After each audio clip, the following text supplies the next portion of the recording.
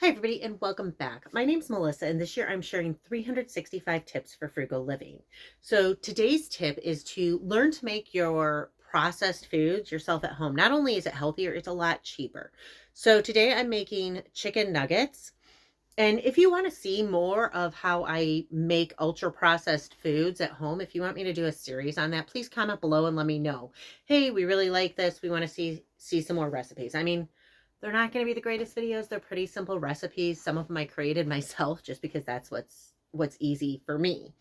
So, I'm going to go ahead and turn it down onto the stove. For those of you who don't know, I live in a 400 square foot home, so I have a very tiny kitchen. I have 10 square feet of counter space. So, I'm going to kind of be using the stove.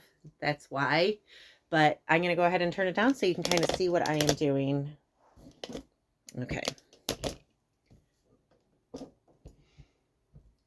Okay, so the chicken was only $1 a pound, so that's obviously good.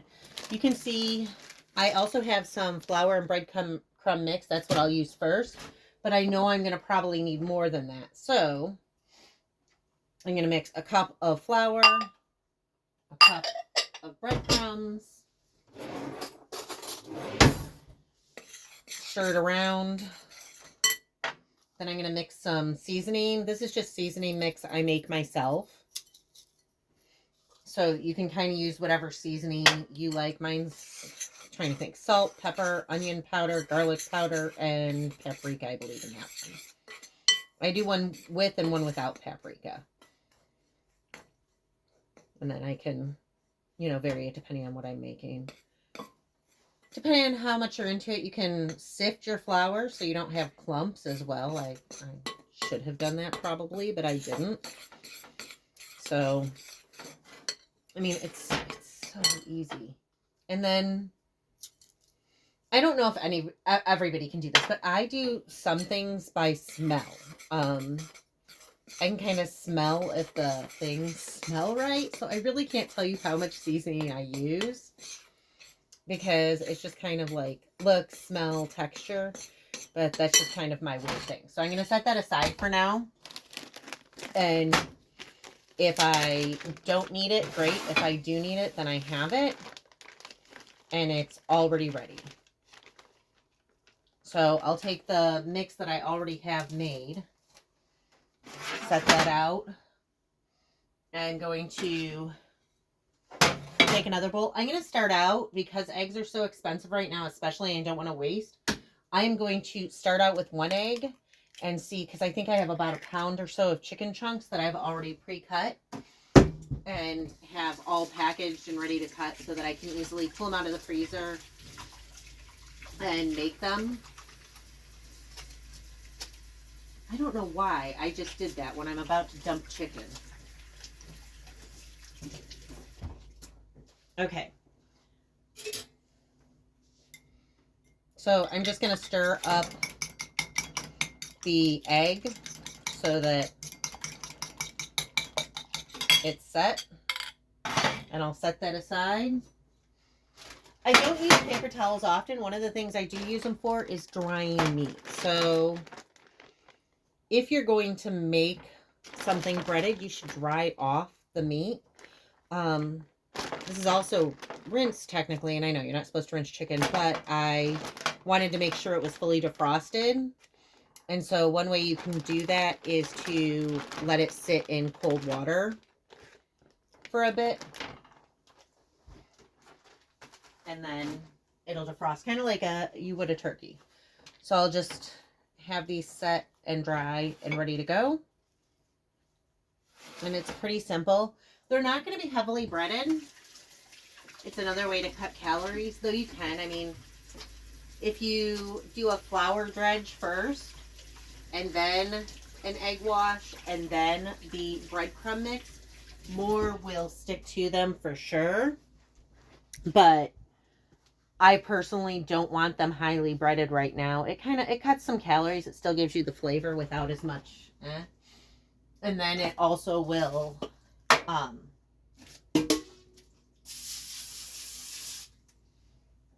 it'll also be I don't know. I can't think what I was saying. I'm sorry. I completely lost track of what I was saying. Okay, so I have my egg wash here and my chicken. I'm just going to set that there. And then the breading is back there.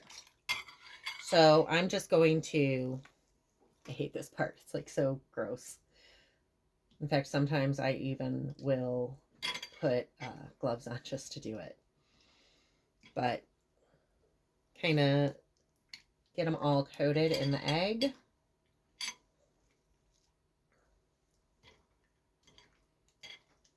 As you can see, it's pretty simple.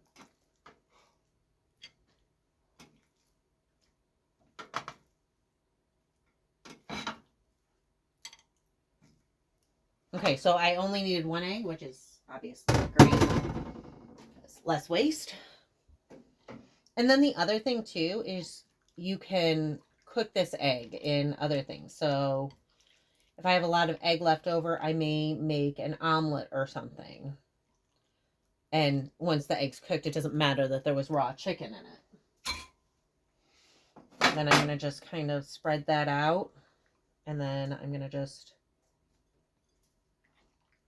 make an absolute mess on my stove, putting these in the flour.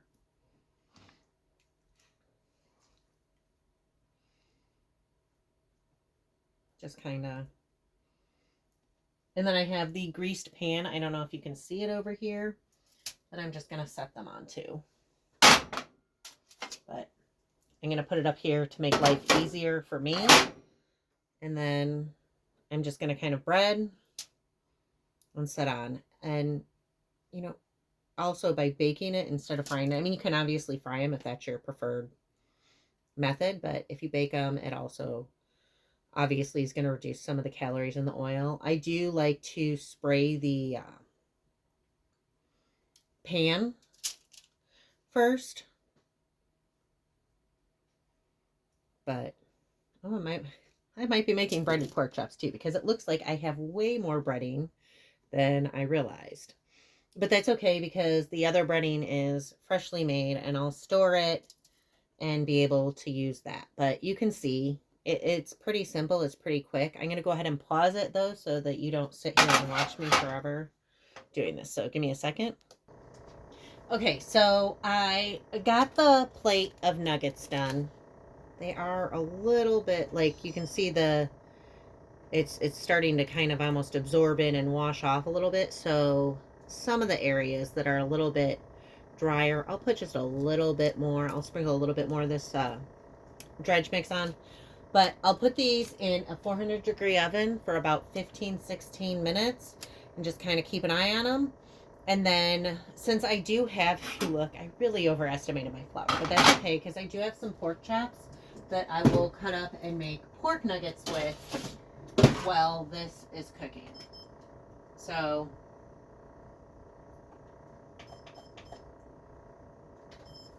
the oven is preheated. Those are in. I'm going to go ahead and make the pork nuggets. And that is just, I mean, to kind of give you an idea, it's a really simple process. I'm just going to, again, take a pork chop that I have, and I'm going to just cut it. And this wasn't actually, I didn't buy pork chops. I got the pork loin for, I don't know, like 99 cents a pound, maybe less. I can't remember.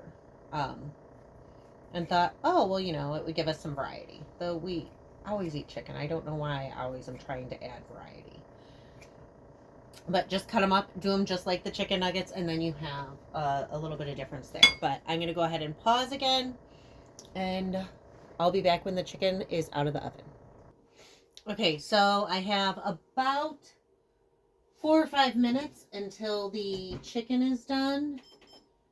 And I still have to bag up my breadcrumbs. I just kind of wanted to show you. So I did finish the egg. I have about a pound of pork nuggets there. And I'll switch those out when it comes out of the oven. But I have the breadcrumbs. So I don't know if the video has come out yet with the...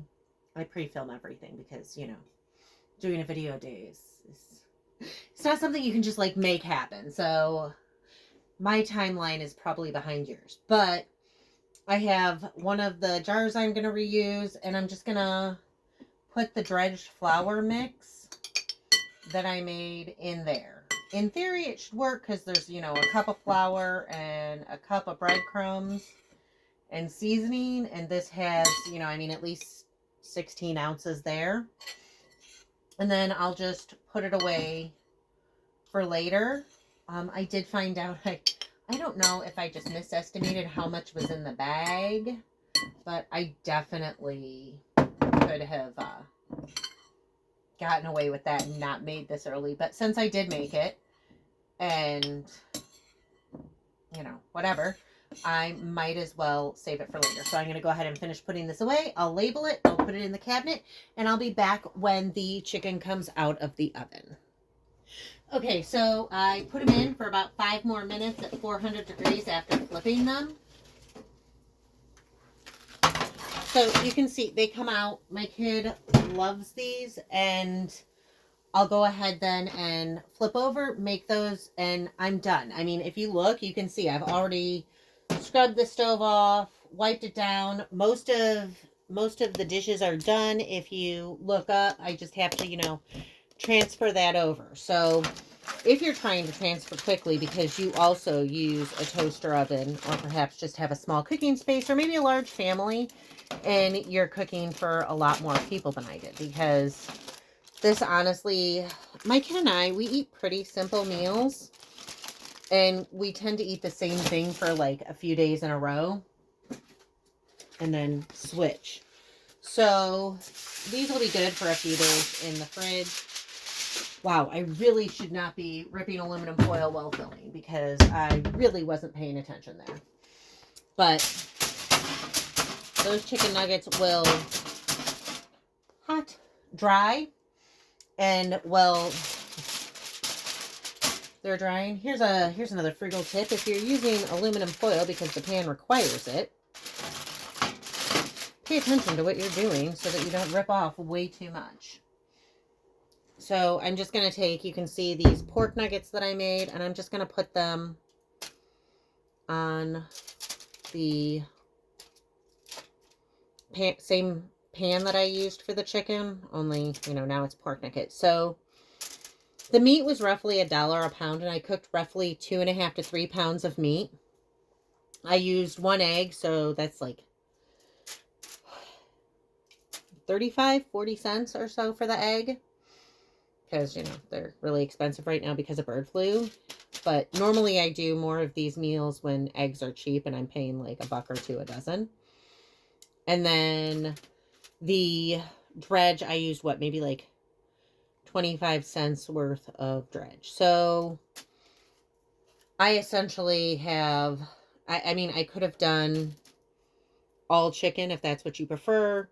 I'm doing a combination of pork and chicken. So essentially, let's say 2.5 pounds of chicken nuggets, pork nuggets, whatever, for roughly,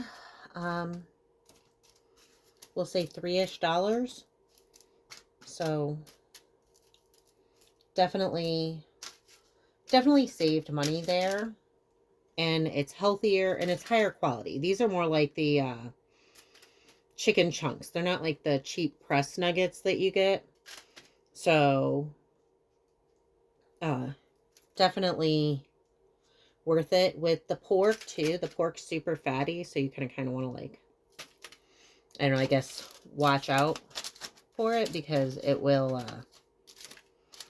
provide more. But anyways, I am almost over time. So again, my name's Melissa. I'm sharing 365 tips for frugal living, and today's tip is learn to make your ultra-processed foods at home yourself so that you can save money, calories, and all sorts of stuff, and your kids will have more nutrition in their diet, and then they believe it or not, they won't eat as much. Anyways, thank you again. If you want to hear the rest of my frugal tips for living, please don't forget to hit like and subscribe. Thank y'all, and have a great day.